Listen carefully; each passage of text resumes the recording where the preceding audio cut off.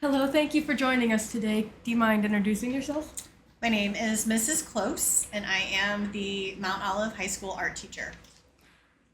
We're very glad to have you on. You are our faculty of the month. Woohoo! Very glad to have you.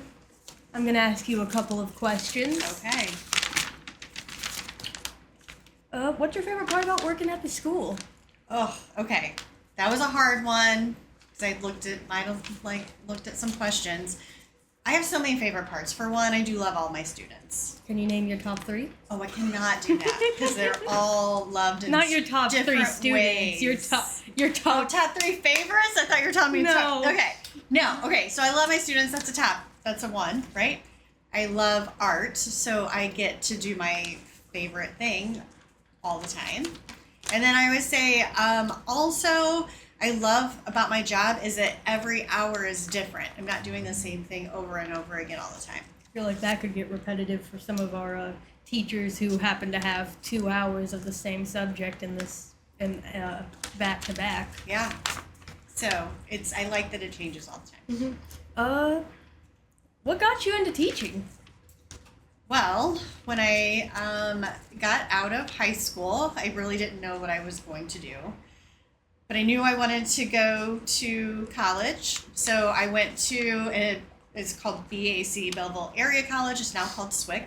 So I went to a community college and got my associate's degree and got my general studies out of the way.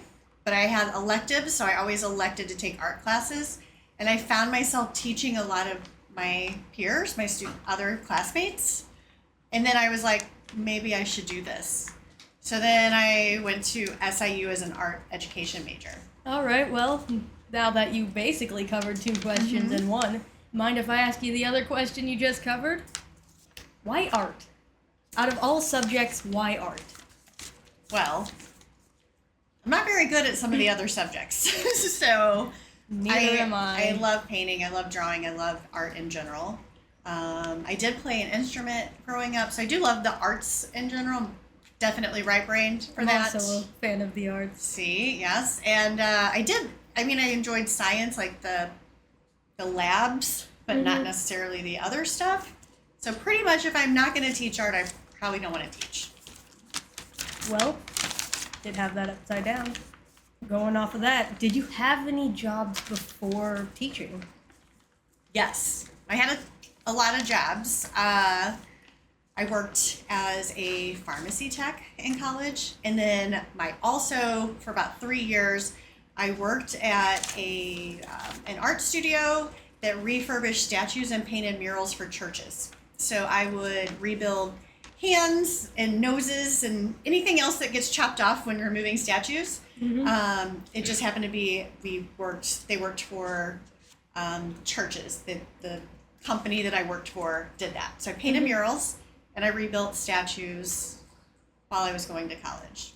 And I know that you're studying currently as you are a teacher. What are you studying, if you don't mind telling us? Okay. I'm excited about this. I am halfway through my second master's, and it is in social emotional learning. So I'm trying to understand how teachers can better are more equipped to handle students that might need more emotional support or might have some behavioral problems, and learning how to combat that. So it's pretty interesting. I'm almost there. Well, speaking of supporting your students, how do you connect with them? How do I connect with you? Like this, I chat with my kids all the time when they're working, when they're not working, when they're hanging out by my desk. I see them in the hallway, or maybe see them outside of school at extracurricular things. What do you do in your free time?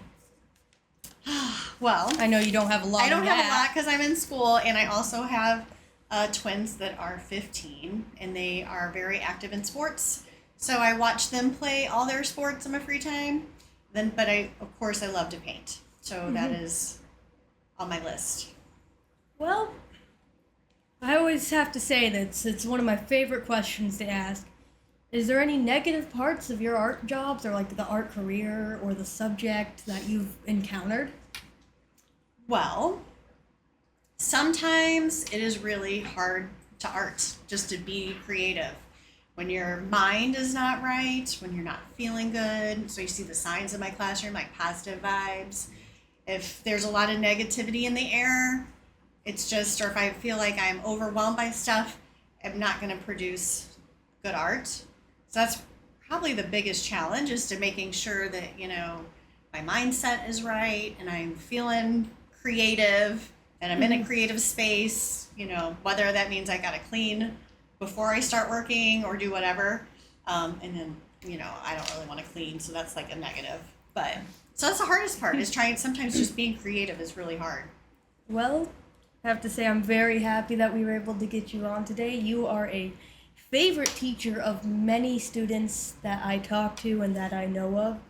And I'm just so happy that we were able to get you on today. Well, thank you. Cheers.